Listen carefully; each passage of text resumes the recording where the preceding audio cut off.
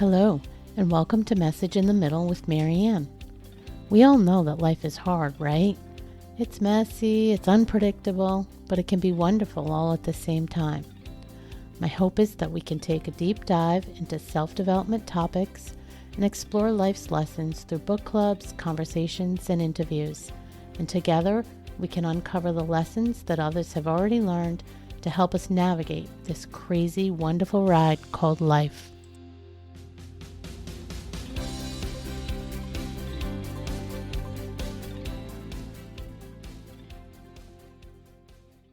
Hello and welcome to Message in the Middle with Marianne. Today I'm going to be doing a book review of The High Five Habit by Mel Robbins. And in case you only tune in for a minute or two, let me just say I really love the book. The High Five Habit is a self-improvement book. It's focused on helping the reader deal with negative and self-limiting thoughts. It provides strategies for taking charge of your life by establishing a morning routine, eliminating negative self-talk, and transforming your life through positivity and confidence. I've done a lot of work in this space for the last few years, and these are all concepts I believe in, and I've worked to incorporate in my life and seen a difference. So I was definitely interested in seeing how Mel laid this out in the High Five Habit. The first few chapters of the book are all about framing up what the High Five Habit challenge is and why we should do it. Mel asks us to high five ourselves in the mirror for 5 consecutive days. For some, this seems like a stretch right out of the gate, and let's be honest, it sounded pretty hokey to me too, and I know it did to some of you. I mean, for most of us, when we go to the bathroom first thing in the morning, if we look in the mirror, we usually look to pick ourselves apart. We notice all the things we don't love, the wrinkles, the nappy morning hair, the dark circles under our eyes. Well, maybe that's just me, but you know the drill. Most people aren't falling in love with themselves in the mirror every morning. Most are critical of what they see and avoid looking in the mirror altogether. This is typical behavior, and it is something Mel knew and acknowledged. She even noted that when she started this, she caught her reflection in the mirror and thought, ugh. But despite all that, or maybe because of it, she asks us to do it anyway. She asks us to get up each morning before we get all glammed up and just take a moment to be with ourselves, to acknowledge that you got up and that you're going to have a great day and that you showed up. To give yourself this gift is not just a nice gesture. It's self-validation and self-appreciation, which the book clearly points out is something most of us have no experience with, or at least little experience. And it's probably why it feels weird at first. At least it did for me. But I have to admit that if you can get past the weirdness, it also did exactly what Mel suggested it would.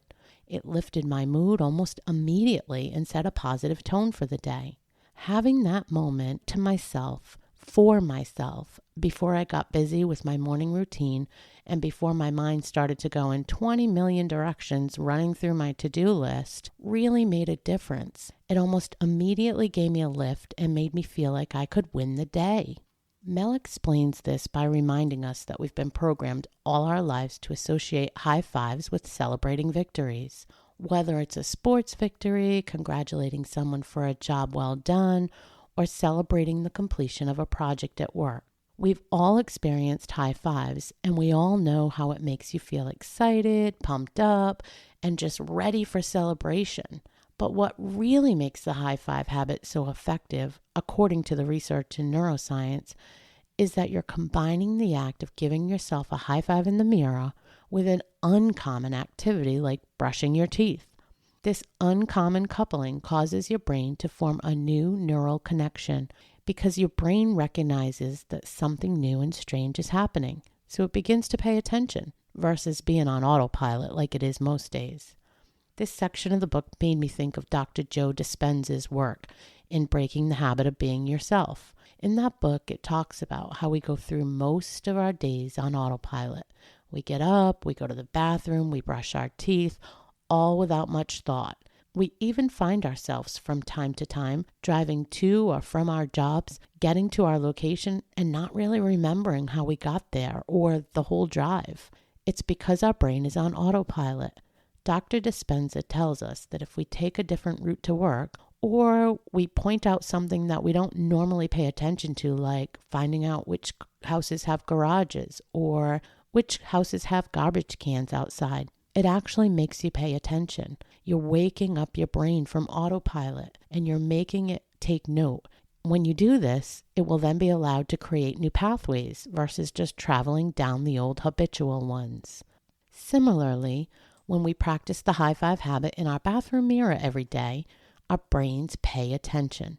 It takes note of what's going on and how we feel in that moment, and that pumped up feeling of excitement or celebration, of congratulating ourselves, is more likely to follow us throughout the day because we created a new neural pathway. The book goes on to reinforce this concept by telling us about a 3-year study called Project Aristotle. The study was focused on determining what factors make the most high-performing teams in work and in life. What they discovered was something I believe with my entire being. The best teams create psychological safety. They create the feeling that others on the team have your back all the time and will help you be successful. They'll be strong when you're weak, and they'll cheer you on in your successes and help you overcome your failures. This creates trust, respect, and resiliency. And this really resonated with me in such a huge way because I've mentioned in previous episodes, I managed a large team for over 25 years in my corporate day job. That team was known for its strength, efficiency, and effectiveness. And even now, a year after I separated from the company I was with for over 25 years, and sadly had to leave my team behind, I miss that team. I miss what we built together, how effective we were, and the unequivocal trust, support, and appreciation we gave one another every single day. So when Mel used this analogy to point out that for many of us, we consider a good day at work when we feel appreciated or part of a team like that, and that naturally it makes sense that we'd also have a good day if we give ourselves similar appreciation and support, it totally made sense to me. Once the book solidified the science and the outcome behind the high five habit, it moves on to why negative self-talk can be so damaging in our life and why we need to work to change our perspective. Mel says, shame is like a dark pair of sunglasses that colors everything you see. She tells us to forgive ourselves for all the things we did while we were just trying to survive, then evict the bully that's been living in our head. And boy, did I feel that. And it reminded me of one of my favorite sayings by Maya Angelou. I think you've heard me say it before. She said, I did then what I knew best. When I knew better, I did better. It's one of the things I've really used to help me release some of my guilt and give myself grace for not always showing up the way I wish I did in some of the difficult times my family experienced over the last 30 years. Mel's right. We have to take those shame sunglasses off. We have to know that in most cases, anything we did that was less than ideal, it wasn't done to intentionally hurt anyone. It was done because it was what we knew at the time, and it was the only path we could find. Now that we know more, we do better. But we also have to give ourselves grace and let it go. This ties nicely into the next section of the book, focused on freeing your mind from negativity, doubt, and frustration, and learning how to open yourself up to receive positivity, possibility, and growth. To do that, we first need to understand how our mind works. And Mel explains that we have this filter in our mind called the reticular activating system. It's a network of neurons in our brain that acts as our mind's filter to ensure only the most relevant information reaches the level of conscious thought. It basically keeps your brain from information overload. While everything gets into your subconscious, not everything gets into your conscious brain. And it is what allows certain information into your conscious brain and blocks other information out. It does this based on programming it's received your entire life. Based on that program, it determines what feels relevant and important to you. So that's a lot of words, right? But what does it really look like? Well, the book gives us a very real example. It's one that I've talked about before because it's happened to me and probably to many of you. It's the example of buying a new car. Once you settle on a certain type of car and color, that same car will suddenly appear everywhere. All of a sudden, it seems like that's the most prevalent car in the world. Yet weeks ago, before you had the idea of purchasing the car, you You probably barely ever noticed one, never mind in the color of your choice. Now, though, because you're dreaming of owning one, visualizing yourself in it, they are everywhere. It's like this big shipment of cars just dropped down on the planet. Your car, in your particular color. That is your reticular activating system, letting in new and pertinent information that wasn't relevant to you before. When I think about how that works, I think it's pretty neat. And the fact that you can change up what becomes relevant to you is pretty important. The downside, though, is the way that your reticular activating system works is that rejection, failure, disappointment, repeated insults can all get stuck in our filter and cause our mind to fixate on the negative information and ignore the positive information. Because of this, our reticular activating system sometimes needs a deep cleaning. How this plays out is if you constantly feel like you're unlovable or fat or unqualified, your brain takes in all that programming and will constantly be looking for evidence to confirm that you are unlovable or fat or unqualified. Ideally, that's not the type of thoughts we want our brain to tell us, right? But if that's how you're programming it, that is the evidence it's going to look for and find and deliver to you.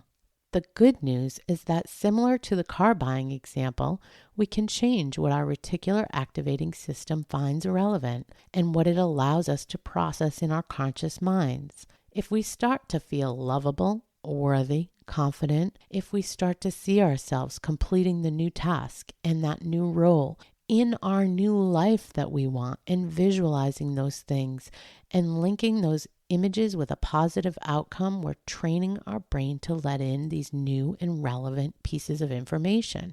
It will start looking for evidence to confirm that positive outcome versus the negative. But that doesn't just happen. We have to actively start putting optimism in front of pessimism so that our brain thinks what's important to us is different, and it starts to shift the filtering system. We have to break out of our standard thought patterns and take our default limiting beliefs and turn them around. We need to flip that script. Mel gives us some thoughts around how to do that by suggesting we add a mantra like, "I'm not thinking about that," into our thought process. Anytime we find ourselves engaging in self-criticism, self-doubt, or having one of our typical negative thoughts. And although it may sound too easy to be true, it really does work. I've been using this type of technique for a few years, and I've definitely found the more you can catch yourself early in the negative thought and stop it, the less frequently the thoughts will occur. Once you get to the point where you're pretty good at cutting the negative thoughts off at the pass, the last stage of reprogramming is to start replacing the talk track with the opposite type thought and to start acting like the person you want to be. You can't just think your way out of this. You can't just think your way to change when you have these deeply ingrained negative perspectives. You have to take action, and it has to be consistent action. And taking your limiting beliefs and replacing them with a positive mantra is an action. Here's what that might look like. Instead of waking up and saying, today's gonna suck, I have so much to do. Instead say, today's going to be a great day, I'm going to be very productive. Instead of saying, I shouldn't be doing X because I'm not an expert, whatever X is to you. Instead say, I'm allowed to be a work in progress. I'm growing and I'm learning. Then once you get the knack of replacing those negative thoughts with a positive one, another action you can take is to start acting like the person you want to be. If you want to be someone who has an active lifestyle, just start by adding activity into your life. If you want to call yourself an avid reader, start by reading 10 pages a day. If you want to say you're a successful podcaster, just start a podcast. Like the good old Nike marketing campaign, just do it. Any little action that will allow you to honestly say you are that type of person, to see you in that type of role, will help reinforce those thoughts and let you bring in those positive confirmations. If we bring all those concepts together, here's what it looks like. When a bad thought enters your mind, stop it as soon as you notice it. Tell yourself you're not going to think that anymore. Then tell yourself something positive to replace that previous thought and move into action in a way that demonstrates that you believe the new belief is correct. A more concrete example might be, having a thought that the scale was up a pound this week, so why not eat a whole bag of potato chips? As soon as the thought comes in, say, I'm not thinking like that. I don't eat like that anymore. And instead, go for a walk or have a piece of fruit. With time, it gets easier, and you really do start reprogramming your thoughts, but you have to be consistent. In Chapter 9, Mel writes that guilt is the number one thing that women executives ask her about, yet a topic that men rarely bring up. While I'd like to say this was shocking, I really didn't find it surprising at all. Almost every woman I ever talked to struggles with some type of guilt. If she worked outside the home, she feels guilty she's not having enough time with the kids or doing the house stuff. If she works in the home, she often feels guilty about not contributing financially. If you're busy raising a family or maybe live across the country, we often feel guilty about not spending enough time with our parents. In one way or another, somehow we always feel like we fall short and carry around guilt from the situation. Mel turned that a little on its side for me in this book. She said that when we continually feel guilty or apologize for everything, it's impossible to maintain a high-five positive attitude. She said that living courageously and authentically means that we occasionally disappoint others, and it's okay because we need to do what's best for us and be true to ourselves. But that also means that we'll likely have to rely on others from time to time for moral support, the occasional favor, or even a sympathetic ear. So instead of apologizing for everything, we should start saying thank you because it feels a lot better to feel grateful than to feel guilty. I really love this advice, and I wish I knew it when my kids were younger. I had a pretty demanding job. I traveled quite a bit, and my husband had to do a lot of the things like doctor's appointments and school meetings more than I could do. His mother and sister both shared in helping with before and after school duties when daycare wasn't an option, and all of that made me feel pretty guilty at times over the years. I wish I had known then to turn it around, to channel that into gratitude and thankfulness versus carrying all that guilt. In Chapter 10, Mel wrote something that made me feel like she was looking right in my eyes and calling me out. She said procrastination and perfectionism are the two deadliest dream killers. They slowly choke your ambitions to death until one day you wake up disappointed and resentful when you realize you never even got started. That is exactly how I felt about a year ago. But what she said next is the part that made me feel really seen, really called out. She said, you're not a procrastinator or a perfectionist or even an overthinker. You're just scared. And she was spot on. She was spot on when I knew I wanted to separate from my 25-year career, but I didn't do anything about it. She was spot on about me wanting to find myself again and return to making time to do some of the things I love, but put aside for so many years. There was no real reason not to do any of those things other than I was scared. And thank God the universe knew that and lined things up in the way it did to push me out of my comfort zone. I got a new job with a new company I'm enjoying, and I love this adventure and this podcast journey. Mel was right. The greatest risk is always doing nothing. You can always fail. You can always go back to doing what you were doing. But your dreams are your responsibility. No one's coming to save you, and no one's coming to build them for you. You need to take charge. Like Mel points out in Chapter 12, life is always teaching us something. You can always take lessons out of any failures and take them forward for the next time you try. Everything is preparing you for what's coming next. And as someone that truly believes everything happens for a reason, I'm so totally aligned with this thought. One of the best examples of this showing up in my life is around something I typically don't share. At 19, I was pregnant, estranged from my family, and I became homeless for a short time. It was a horribly lonely time in my life, but it was also a time that really shaped me and the woman I would become, and it was a time of great growth and a time to build my resilience. When going through that, I felt all the emotions you might imagine, and I certainly felt my share of why me's, but I made it to the other side. And fast forward 16 or so years, and I had my first understanding of how that experience helped me. My teenage daughter's best friend was going through some difficult stuff with her family and needed a place to live.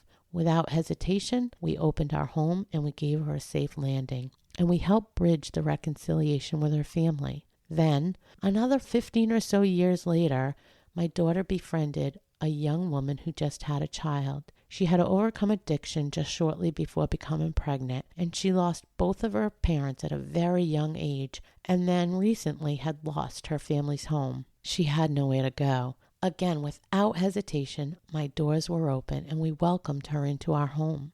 I knew what she was going through, how she felt, and I knew how to help her. I believe now that what I went through set me up to have compassion and the means to help in those situations. I believe that God, the universe, whatever you believe, is truly an amazing thing. And while it can sometimes seem cruel and things can happen without reasons that we'll ever understand, I really do believe that everything happens exactly like it's meant to. As we move to chapter 13, Mel gives us a technique to help us feel comfortable in our own skin and to calm our anxiety. She tells us to take a minute after high-fiving ourselves in the mirror and put our hand on our heart and say, "I'm okay, I'm safe, and I'm loved," repeating it a few times if you need to. She shares that Dr. Judy Willis, a neuroscientist, explains this by saying if you're in a stressed out state, your brain flips into survival mode. It tries to protect you and it won't let in any positive information into our higher conscious brain. Instead, all you can do is see the threat. But by trying this exercise, it makes you feel more connected to yourself, it makes you feel calmer, and then your brain can switch out of survival mode and be open again. I really think this technique can be calming, and I had a few of you tell me you were trying it and it was really working. Just remember, hand on your heart, you're safe, you're okay, and you are loved. As we wind down the book, Mel ends chapter 15 by writing, "High five, my friend, I see you. I believe in you. Now it's your turn to believe in yourself and go make your dreams come true." So, like Mel, I want to say I believe in you too. And as someone who is finally pursuing some of her own dreams, even without all the answers, I say, try to remember what makes you happy and move in that direction. Believe in yourself because I believe in you. In closing, I want to read a paragraph from early in the book because I think it's one that you should think about every single day. The passage reads like this. "One of the most important revelations you can ever have is that your life and your happiness begins and ends inside your own mind. What you say to yourself, how you treat yourself, and the thoughts that run on repeat are everything. It does not matter how successful, thin, famous, muscular, or wealthy you become. If you always focus on what's wrong with you, you'll never be happy. So, my friends, I remind you that it's all about mindset. Whether it's trying to lose weight, leaving a bad relationship or job, or chasing your dreams, change your perspective. Flip that script. See yourself in the possibility and watch the evidence start showing up in your daily life." Thank you for listening to this episode of Message in the Middle with Marianne. If you enjoyed the podcast, please take a minute to share it and write a review as it helps bring new listeners to our audience. If you'd like to keep the conversation going between episodes, please join us at Facebook group Message in the Middle with Marianne.